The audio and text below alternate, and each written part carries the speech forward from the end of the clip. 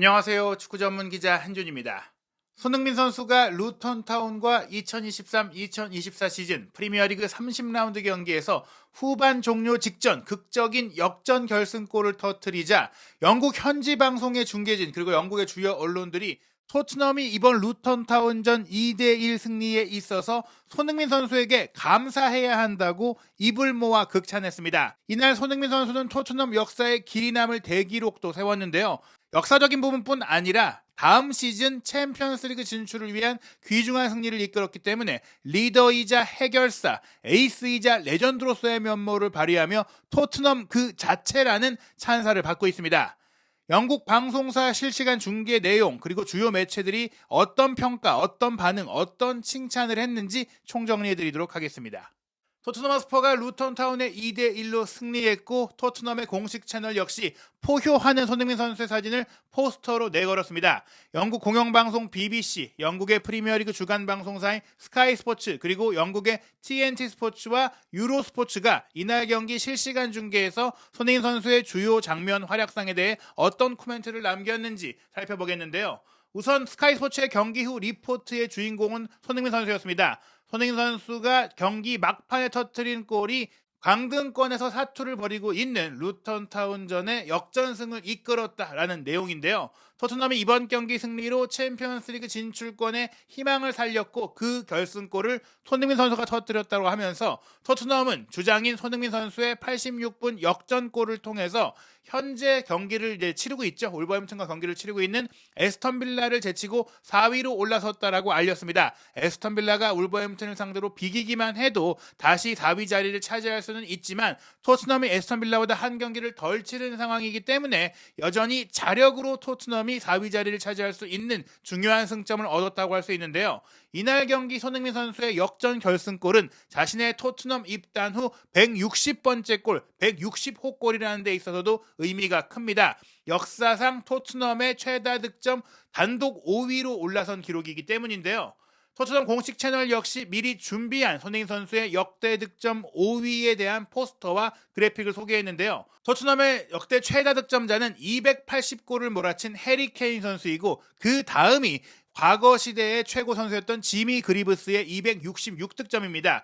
보비 스미스 208골로 통산 200골을 넘게 넣은 선수가 딱 3명밖에 없고요. 그 다음이 마틴 치버스의 174호 골이고 5위로 손흥민 선수가 올라선 것인데 마틴 치버스의 기록까지 이제는 14골밖에 남지 않았고 15골은 손흥민 선수의 커리어 내에 충분히 추가할 수 있기 때문에 단독 4위에 오르는 것도 시간 문제라고 보여지고 최대 단독 3위 자리까지도 노릴 수 있는 손흥민 선수의 최근 기세가 아닐까라고 생각이 됩니다. 손흥민 선수는 그 관련된 3위 도전에 대해서 200호 도전에 대해서 내가 25살이라고 생각하느냐라고 농담했던 인터뷰가 최근에 공개되기도 했는데요. 저는 지금의 기세와 몸관리, 지금의 경기력이라면 충분히 손흥민 선수가 토트넘 통산 200호 골 도전할 수 있고 이룰 수 있다라고 생각을 합니다. 영국 스카이 스포츠가 공개한 이날 경기 세부 기록을 보시면 토트넘이 69.70%로 압도적인 볼 점유율을 가져왔지만 유효 슈팅 자체는 4대3으로 많은 차이가 나지 않았습니다.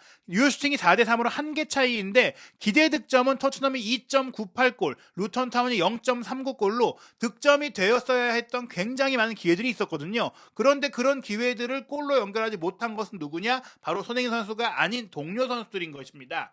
토트넘이 손흥민 선수에게 고마워해야 한다라고 영국 현지 중계진들이 얘기한 이유는 손흥민 선수를 제외하고는 그 많은 선수들이 극악의 결정력과 아쉬운 마무리 판단을 보이면서 승리로 이끌 수 있는 모습을 보이지 못했기 때문인데요. 이날 경기 초반에 특히 전반전에 아쉬웠던 것은 토트넘의 경기 시작 3분 만에 타이트 총에게 선제골을 내준 뒤에 토트넘이 경기력적으로는 풀럼전 0대3 완패 때와는 다르게 매끄럽게 특유의 연계 플레이와 스위칭 플레이를 잘 보여줬어요. 그러면서도 조금은 운이 따르지 않거나 결정력이 아쉬웠기 때문에 좀처럼 동점골을 얻지 못했고 전반전에 동점골을 얻지 못한 채 0대1로 끌려가면서 맞췄었는데 그 전반전에 가장 좋았던 기회는 손흥민 선수가 만들었으나 두 번이나 연달아서 골포스트를 강타하는 이상한 상황, 정말 말도 안 되는 불운이 따랐기 때문이었습니다. 영국의 공영방송 BBC 역시 히츠 더 우드워크, 골대를 때렸다라는 그런 표현을 통해서 손흥민 선수가 어떻게 이 장면에서 토트넘의 동점골을 만들지 못할 수 있었느냐, 이게 어떻게 안 들어갈 수 있느냐라고 한탄하는 코멘트를 남긴 것인데요. 손흥민 선수가 까다로운 각도, 정말 트리키한 앵글이라는 표현을 통해서 쉽지 않은 상황임에도 불구하고 골이 될 수 있는 날카로운 슈팅을 연결했는데, 이 슈팅이 한쪽 골대를 맞고 다른 쪽 골대까지 두 번의 포스트를 연달아 강타하는 신기한 상황으로 인해 득점하지 못했고, 그 이후 흐른 루즈볼 역시 동료 다른 선수들의 슈팅으로 이어졌지만 골대를 벗어나고 말았다라고 안타까워한 상황이었어요. 영국의 스카이 스포츠 역시 언빌리버블이라고 외치면서 믿을 수 없는 장면이라고 할 정도로 정말 엄청난, 정말 기이한 불운인데요. 음판주 선수를 제치고 손흥민 선수가 골문 안으로 달려 들어가서 카민스키 골키퍼까지 제치면서 득점이 확실해 보였던 슈팅이 골대 안쪽을 맞고 골라인을 넘지 못한 채 리바운드되어 다른 쪽 골대까지 맞고 튀어나왔다라고 세밀하게 소개를 했고요. 그 다음에 이어진 흐른 공을 베르너가 슈팅했지만 카보레를 향해서 슈팅을 날렸다, 골대를 향해 때린 게 아니라 상대 수비를 향해 슈팅을 날린 거 아니냐, 이런 지적이 나올 정도로 손흥민 선수의 득점 기회 이후 동료 선수의 슈팅은 아쉬웠어요. 사르가 이어서 날린 슈팅은 골문 앞에 맹기에게 막히면서 와우, 어떻게 이 상황에서 골을 넣을 수가 없었던 것이냐라고 놀라했던 장면인데요.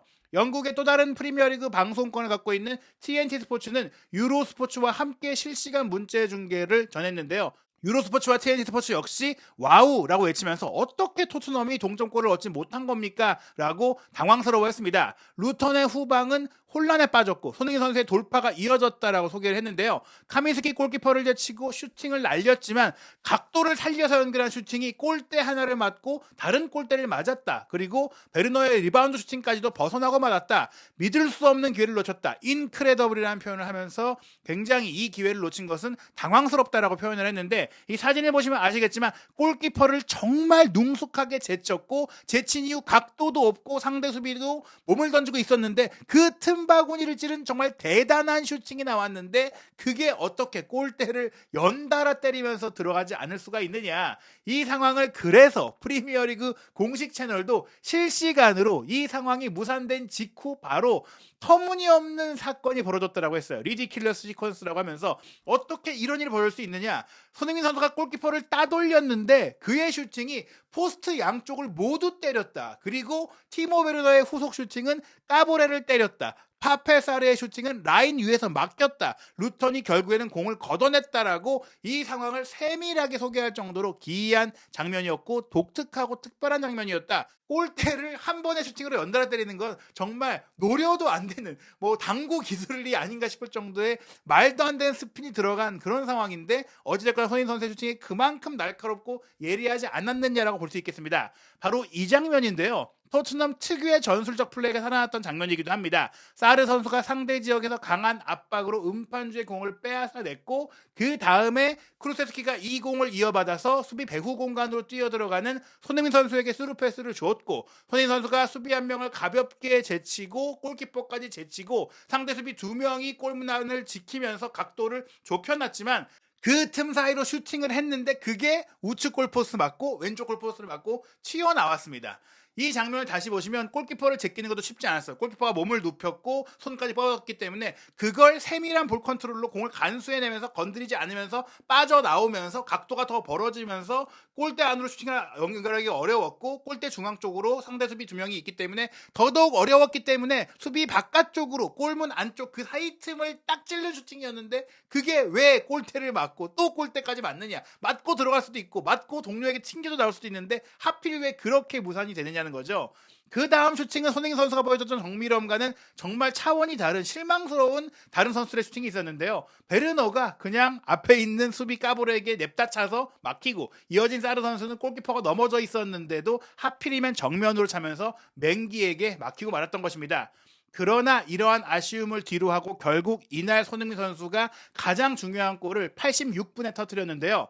BBC 스포츠도 얘기합니다. 토트넘이 해냈습니다. 루턴에겐 가슴 아픈, 가슴을 찢어놓는 골이 손흥민 선수를 통해 나왔습니다라고 하면서 베르너가 돌파한 공 존슨이 박스 안에서 손흥민 선수에게 멋지게 패스했고 손흥민 선수의 슈팅이 골망 뒤를 흔들었습니다라고 표현을 했습니다. 이 상황을 조금 더 극적으로 표현하면서 손흥민 선수에게 찬사를 보낸 매체는 영국 프리미어리그 주간 방송사인 스카이 스포츠였는데요. 토트넘이 마침내 역전에 성공했다. 파이널리라는 표현을 썼는데 이게 토트넘을 응원해서가 아니라 토트넘이 역전할 만한 이길 만한 경기력을 보여줬기 때문이에요. 루턴의 코너킥 상황에서 곧바로 토트넘이 공격에 나섰다. 토트넘의 역습이 시작됐는데 손흥민 선수가 그 역습의 기점으로 움직이면서 베르너에게 패스를 했고 베르너가 박스 안으로 세도하고 있던 존슨에게 패스했고 그 다음에 존슨이 손흥민 선수에게 패스를 내줬고 손흥민 선수가 하시오카 일본 수비수를 따돌리면서 마무리 슈팅을 했다.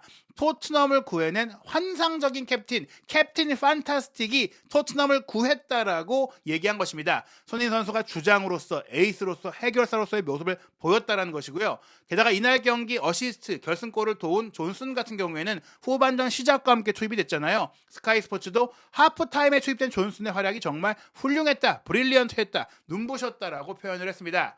결국 이 골로 토트넘이 2대1로 승리하자 토트넘은 손흥민 선수의 양쪽 골포스트를 강타했던 슈팅이 들어가지 않았던 불운이 있었음에도 결국에는 손흥민 선수가 역습을 이끌어내면서 결승골을 터뜨리면서 역전승을 거두고 챔피언스리그 진출권에 추격의 박차를 가할 수 있더라며 이날 경기 주인공이 손흥민 선수였다라고 소개를 했는데요. 실제로 영국 TNT 스포츠와 유로스포츠 영국판 역시 손흥민 선수의 이 결승골 상황에서 드디어 왔다, It's been coming이라고 외치면서 나올 골이 나왔다, 손흥민 선수가 드디어 골을 넣었다라고 표현을 했는데요.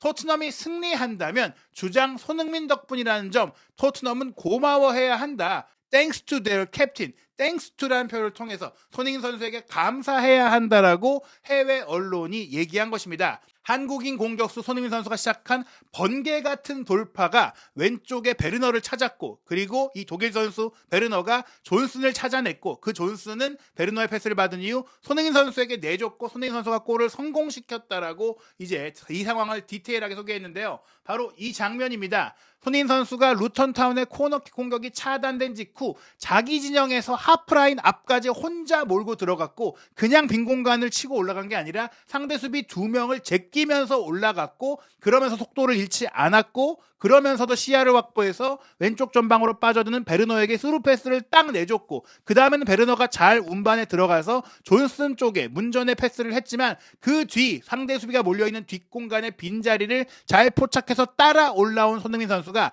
존슨이 뒤로 밀어주기만 하면 되는 위치에 와 있었고 그 패스를 받아서 수비가 몸을 던지고 있음에도 그 수비를 뚫고 들어가서 골망을 가를 수 있는 대단한 마무리 슈팅을 때려 넣었기 때문에 이 장면은 온전히 손흥민 선수의 개인 전술이 빛난 골이었다고 할 수 있는데요.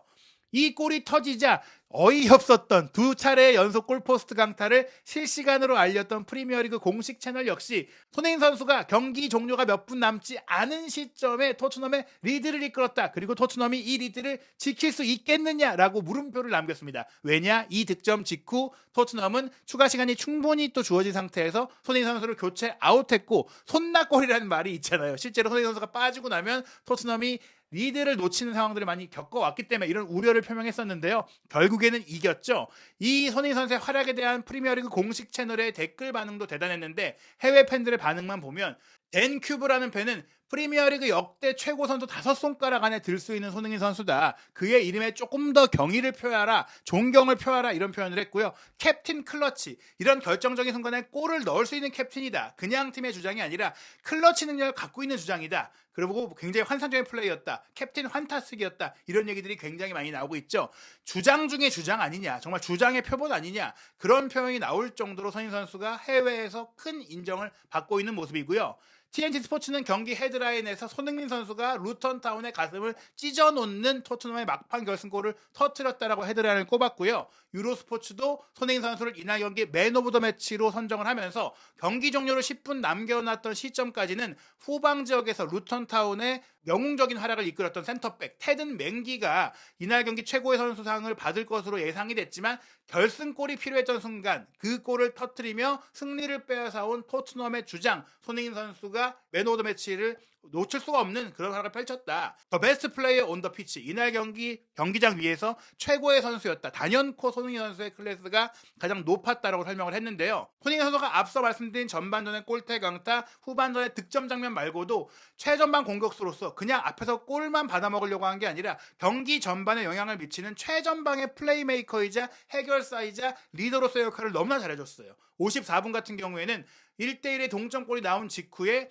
포로가 메디슨에게 패스를 했을 때 메디슨의 백힐 패스를 받아서 포로에게 날카로운 스루 패스를 4명의 루턴타운 수비 사이를 빠져가는 경이로운 플레이메이커형의 스루 패스로 배달했고 그 다음에 포로의 컷백을 이번에는 까브레가 걷어내는 장면도 있었고요. 56분 같은 경우에는 포로의 스루 패스를 오프사이드 트랩에 걸리지 않으면서 예리하게 침투한 손흥민 선수가 논스톱 슈팅을 가져갔는데 아쉽게도 골키퍼 정면으로 향하면서 무산이 됐었죠. 이 장면도 충분히 득점이 될 수 있는 기회였고요. 62분에는 로메로가 공격 지역으로 올라와서 전진 패스 해준 것, 손흥민 선수가 맹기의 거친 견제 속에 우측면으로 이동해주고 존슨이 중앙 공격수로 이동했던 전술적인 변화가 위치 변화가 굉장히 좋은 효과를 했었는데 이때 손흥민 선수는 계속해서 다른 베르너나 존슨이나 선수들이 문전으로만 공을 투입한 것과 달리 왼쪽 하프 스페이스에 비어있는 위치에 프리하게 있던 메디슨을 보고 꺾어서 공을 넘겨줬거든요. 이게 정말 지능적인 플레이였고 메디슨의 슈팅이 아쉽게 수비수에게 막혔지만 그 뒤 이어진 공격 장면까지 끌어냈었고요.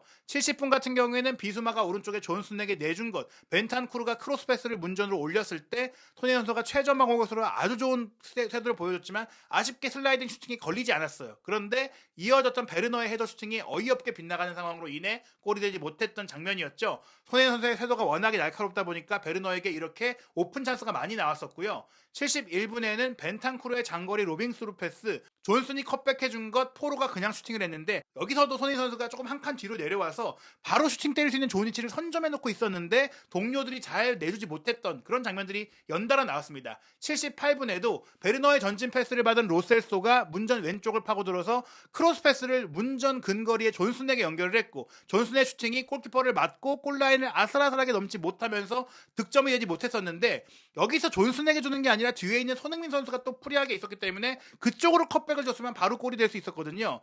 손흥민 선수가 동료들이 조금만 패스 센스가 있었어도 더 많은 골을 쉽게 넣으면서 토트넘이 더 쉽게 대승을 거둘 수 있던 게 아니냐. 즉 결국에는 손흥민 선수가 해결하고 이기긴 했지만 토트넘이 손흥민 선수에게 고마워해야 한다는 반응이 나온 것은 토트넘이 지금 선전하고 있고 더 좋은 팀이 되긴 했지만 그럼에도 불구하고 손흥민 선수의 클래스가 토트넘 팀 전체를 확실히 뛰어넘는 수준이다라는 것을 영국 언론에서도 인정하고 또 생각하고 있다는 걸 볼 수 있는 부분인 것입니다. 손흥민 선수가 경기 막판 결승골을 터뜨리고 교체된 이유는 주중 경기가 곧바로 이어지는 빡빡한 상황이기 때문인데요. 토트넘의 다음 경기 4월 3일 수요일 새벽 4시 15분에 있을 웨스트햄 유나이티드와 프리미어리그 31라운드 원정 경기입니다. 프리미어리그 득점왕, 도움왕 그리고 다음 시즌 챔피언스리그 진출에 도전하는 손흥민 선수 역대 가장 빠른 페이스로 15호 골에 도달을 했는데요. 웨스트햄과의 경기도 연속골을 터뜨릴 수 있을지 대표팀 2경기에 이어 이번 경기까지 개인적으로 3경기 연속골을 성공시킨 손흥민 선수의 기세 어떻게 이어질지 한준TV에서 최신 소식 확인하시기 바랍니다.